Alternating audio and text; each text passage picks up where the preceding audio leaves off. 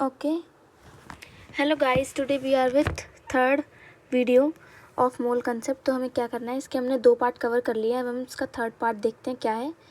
So you can check it out for the first 2 part of this series. Okay, so we have covered till here. Okay, now we can see some questions. Okay, to build approach. देखो, insulin contains 3.2% of sulfur of mass. Find minimum molecular mass of insulin. ये JEE के कुछ frequently asked in PYQs हैं जिनकी approach थोड़ी सी different होती है, बाकी सारे डायरेक्ट फॉर्मूला बेस्ड क्वेश्चन है। ओके, जैसे कि इंसुलिन होता है, एक सब्सटेंस होता है, ठीक है, जिसके अंदर सल्फ़र से कुछ सल्फ़र मिला के कुछ बनाते। छोड़ो उसको, हमें क्या करना है कि 3.2% सल्फ़र की दे रखी है इंसुलिन के अंदर, ठीक है। तो गिवन है हमें मास परसेंटेज ऑफ सल्फ़र, ठीक है। तो अब हमें क्या करना है, ये 3.2 यू है। यू समझते हो, जैसे रिलेटिव एटॉमिक मास यूनिट में हमने पढ़ा था। ओके, तो 3.2 सल्फ़र का u is equal to 100 u in insulin. Okay, तो 32 u of sulfur atom is equal to 1000 by 3.2 into 32। 1000 यहाँ पे 100 इंसुलिन की थी, 3.2 की 0.2 एक ऊपर गया तो 1000 हो गया और 32 कैंसल्ड आउट बाय 32। ओके, इसका आंसर 1000 यू आ गया। ओके, एक H2A मॉलिक्यूल है, drop of H2A, if 1 ml of H2A has 20 drops and A is Avogadro number. देखो 20 ड्रॉप्स के H2A है वाटर, उसके अंदर 1 ग्राम ऑफ वेट है, ठीक है। तो एक ड्रॉप में क्या हो जाएगा, 1/20 ग्राम का उसका मास हो जाएगा, ठीक है। अब मोल्स कैसे निकालते हैं, given mass upon molar mass. तो गिवन मास क्या है इसका, 120 है, और अपॉन 18 H2O का क्या होता है, मोलर मास 18 होता है।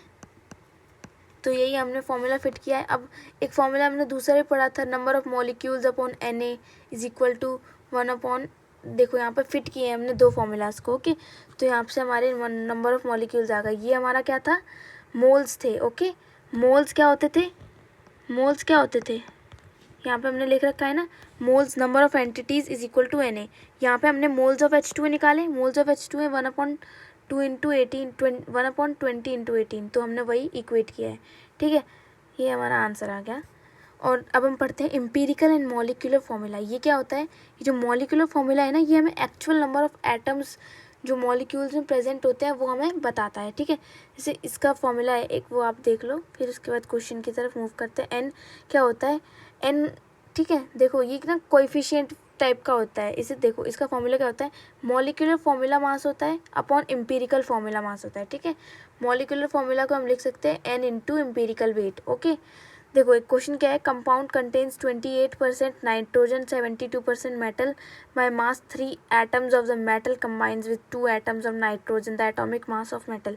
देखो जो हमारे पास मास है ना, उसको हमने लेट कर लिया, ठीक है। The atomic mass of metal हमसे पूछा गया है, तो हमने मास को एक्स लेट कर लिया। अब क्वेश्चन में कह रहा क्या है, 28% मेटल है और 28% नाइट्रोजन है ना, and 72% metal by mass 3 atoms.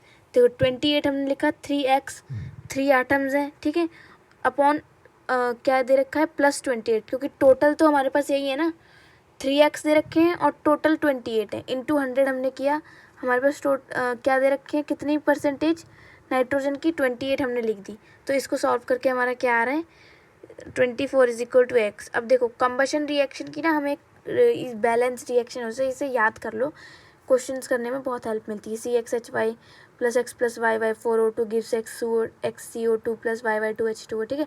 अब हम देखते हैं स्टोइशियोमेट्री। स्टोइशियोमेट्री क्या होते हैं, moles upon स्टोइशियोमेट्रिक coefficient of A। देखो कोई भी रिएक्शन है, सपोज ये N2 है प्लस H2, तो ये क्या दे रही है, NH3 देती है ना, ठीक है, NH3 देती है। यहाँ पे हम इसको बैलेंस कर रहे थे। सपोज हमारे पास N2 के मोल्स गिवन है, ठीक है, गिवन नहीं है तो क्वेश्चन में कुछ ऐसी इन्फॉर्मेशन देगा कि 14 gram of N2 react with 36 gram of H2, ऐसी कुछ रिएक्शन देगी तो हम मोल्स निकाल सकते हैं। कैसे, मोल्स क्या होता है, given weight upon molar mass. तो सपोज हमें गिवन वेट है तो हमने मोल्स निकाल लिए।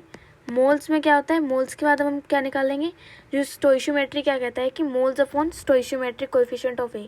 देखो कोएफिशिएंट क्या होता है, जो फिर जैसे कि यहाँ पे N2 का कोएफिशिएंट क्या है 1, H2 का है 3, और अमोनिया का क्या है यहाँ पे 2 है कोएफिशिएंट, ठीक है। तो मोल्स क्या है, मोल्स सपोज N2 का वेट हमें दे रखा है 14, ठीक है, और N2 का मोलर मास भी होता है 14, तो मोल आ गया 1, कोएफिशिएंट है 1 इज इक्वल टू क्या होगा।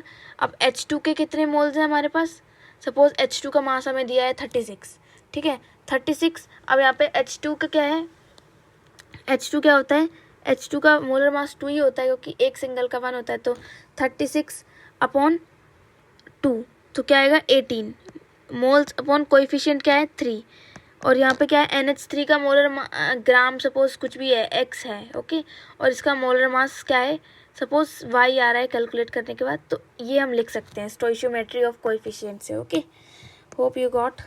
अब उसके बाद हम पढ़ते हैं क्या है POAC। POAC क्या है, ये है अगर आपको स्टोइशियोमेट्री समझ नहीं आती तो POAC को यूज़ कर सकते हो आप, इसमें रिएक्शन का बैलेंस। हाँ एक और चीज़, स्टोइशियोमेट्री में ना ये कंपलसरी होता है कि आपकी जो रिएक्शन है वो बैलेंस्ड ही होनी चाहिए, नहीं तो क्वेश्चन गलत हो जाएगा। POAC में क्या है कि ये जो है ना इसमें रिएक्शन का अनबैलेंस होगा तो भी हमारा क्वेश्चन सही हो जाएगा। A2B5 B4 सपोज ये रिएक्शन है, मैंने इसके एटम्स हैं, सपोज मेरे को कंजर्व करना है A के एटम्स को, तो 2 into A2B5 into Na 3 into, तो यहाँ पे जो जितने भी A के एटम्स हैं ना उनको मैंने लिखा, ठीक है, सॉरी, तो यहाँ पे मैंने क्या लिखा two into A2B5 into Na क्या किया है एवोगैड्रो नंबर से मल्टीप्लाई कर दिया है, तो सब जगह करना है जहाँ पे A प्रेजेंट है। यहाँ B4C3 में A प्रेजेंट नहीं है तो हमने इसको लेफ्ट आउट कर दिया। अब इस क्वेश्चन को आप देख लेना, find out moles of CO2 formed from combustion. देखो कंबशन हुई, कंबशन रिएक्शन क्या होती है, कोई भी सब्सटेंस CO2 के साथ मिक्स होके H2O प्लस CO2 रिलीज करता है, तो मोल्स C4H10 दे रखी है ना हमें, ब्यूटेन होता है C4H10, इसको आप ड्राइव कर सकते हो CnH2n+2 फॉर्मूला से, एल्केन होता है, ओके। तो इसके हमें मोल्स वगैरह दे रखे हैं, ईजी सा आप देख लेना, ओके थैंक यू। इसका नेक्स्ट पार्ट अब हम करेंगे नेक्स्ट